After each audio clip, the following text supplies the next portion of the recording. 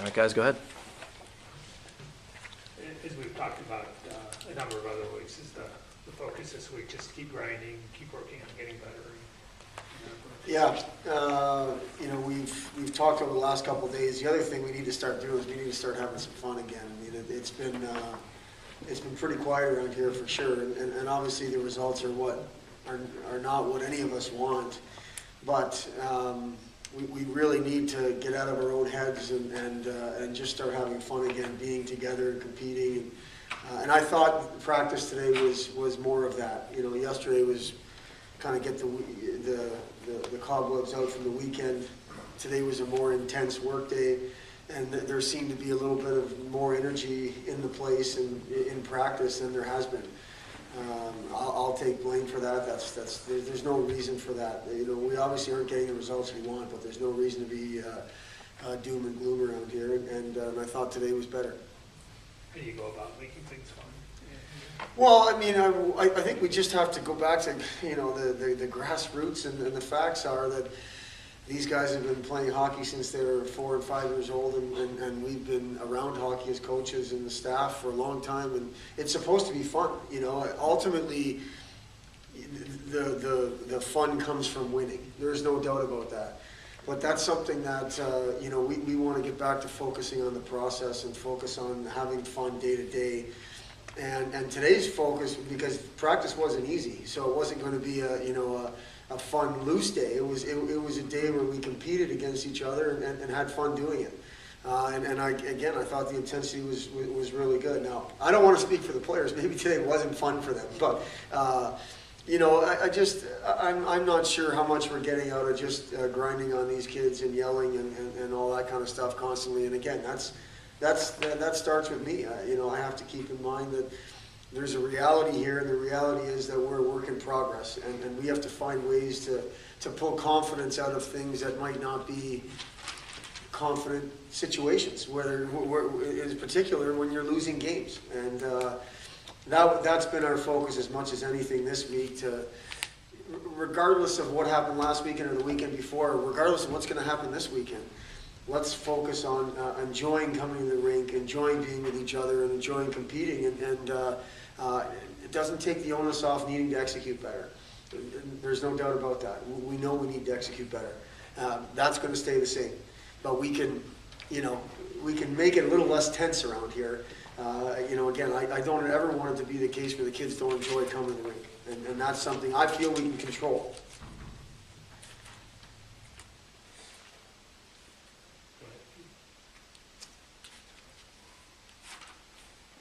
How has the experience been for you as a head coach, you know, relatively new head coach?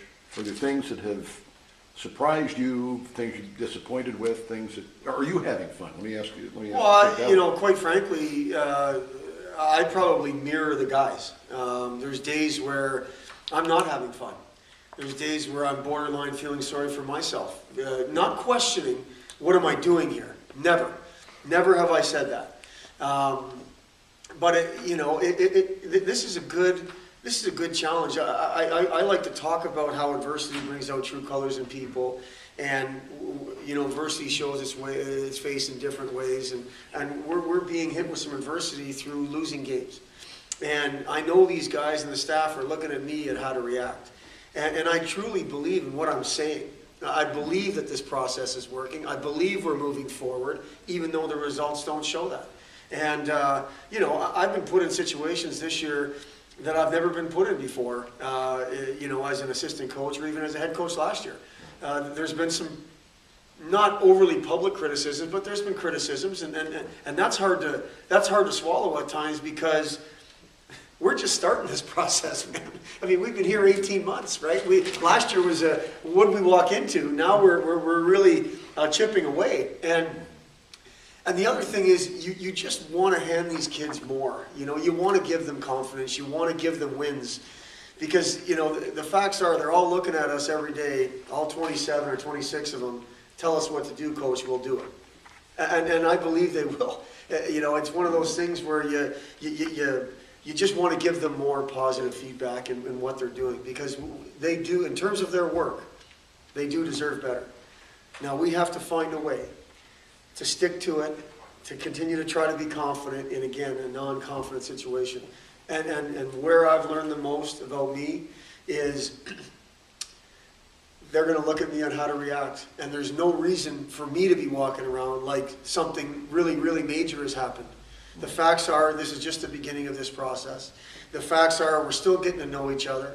The culture is in place, yes, but the facts are, they're trying to still figure that out, them being the players. And we should be having fun in what we're doing. And it will pay off. And that's where I think I need to do a much better job of leading the way for this program. That's new to me. As an assistant, you don't do that. You think you do, but you don't. And the last few years of where I was an assistant, things were kind of in cruise control, and I don't mean that negatively or like we were complacent. It was kind of running itself. You know, you push kids back on, and we had a pretty good team. You know, these kids are not working less hard. I know that's not even a word than where I came from, but they're getting nothing in return. And there's no reason for me to be ranting and raving and beating them down during situations when they're given everything they have. Are the results not good enough? They're not good enough for anybody. Not even close. But that doesn't mean, you know, we have to be walking around like everyone's on eggshells and scared to play this game. That brings out the worst in everybody, not the best. And it's my job to get the best out of each of these kids and get the best out of myself, get the best out of the staff. That has been the most challenging part. You feel like some days there's a lot more questions than answers. And the facts are, we know what the answers are. It just takes time. And then that's what we're dealing with that. We're living through it.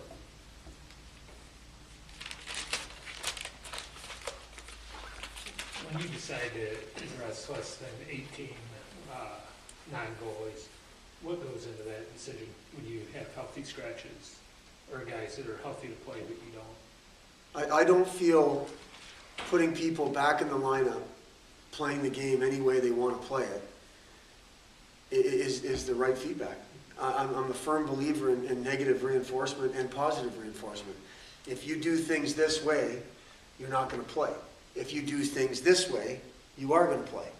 And just because we don't have 15 forwards healthy doesn't mean people should just play.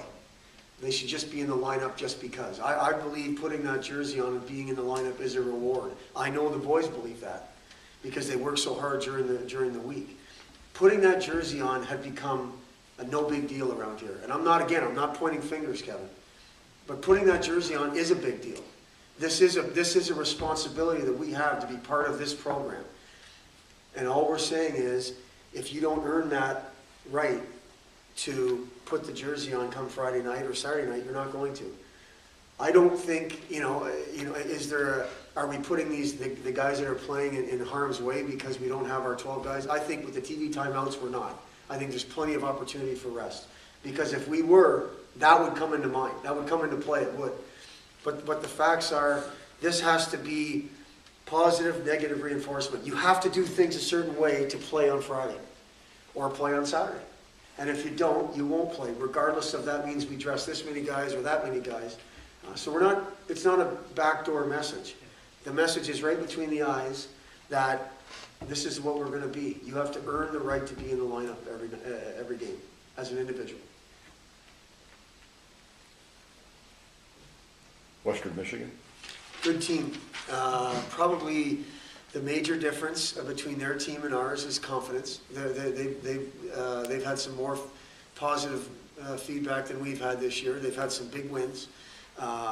Michigan State went in there a couple of weeks ago and swept them, or 3 or 4 weeks ago, whatever it is, at Western. And then they went home with Ferris this weekend and swept them. They're a team that can beat anybody on a given night. They're young. Not quite as young as we are, but a younger team. And again, I think they're a team that has a pretty solid decor, even though they're young back there, and they've got some forwards that'll hurt you. So we're going to have to. And I told the players this today. If we play as intense on Friday and Saturday nights as we were in practice today, intensity-wise, we'll be fine. We'll give ourselves an opportunity in both games. We haven't been able to do that. you know. Now, I don't think we've been intense as we were today for a while, so it's nice to see. Western's a team that can get up and go. You know, I don't think they're a team that wants to, below the tops of circles, grind it out. Not saying they can't do that, but I think their preference would be to, you know, play an up and down type game. We're going to have to somehow come up with a game plan that's going to suit us, which is something of a puck possession down below the tops of circles, make them defend game. And I'm not saying they can't defend. I'm saying that gives us an opportunity to create offense, which has obviously been very difficult for us lately. In terms of scoring more goals, what would you like to see your team do better? Put more pucks on net. It's such an easy thing, and I'm not trying to blow it off as an easy, it's not easy. But we have not, you know, we use 30 shots on net as a number for us, and we haven't come close to that. And again, I'm going to go back to this being a mental little block that we've been going through over the past 3 or 4 weeks. We're getting in our own way, feeling sorry for ourselves, not being able to put yesterday aside and focus on today. And we've got to get back to that. We've got to get back to 30 shots a night, putting pucks and people to the other team's net, whether it's 5-on-5 or 5-on-4. That'll help us create offense. But we're spending too much time worrying about other things to create offense. And we've tried to address it this week, and hopefully we're going to just put it behind us, regardless of what the record is. Because if we can, like I said, if we can get a clean mind and get our heads right, and get back to the details and the process of our game,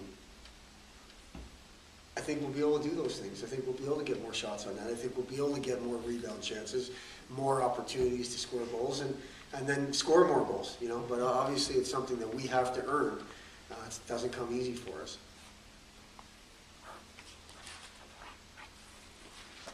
Just to double check, any chance we're going to see Brett Muller this weekend? No. And any decision made on Wyatt Galley? What's going to? Not that I'm aware of. We're going to have a definitive plan. His Christmas break is going to be used either recovering from some kind of procedure or with a really firm plan on, okay, this is what's going to happen. There's going to be some kind of cortisone injection or whatever. So I feel good about the fact that end of January we're going to have he's going to be really, really close, if not already on the ice. And that's the reports I'm getting. And talking to Wyatt, I think we see somewhat the light at the end of the tunnel. So has surgery been rolled up?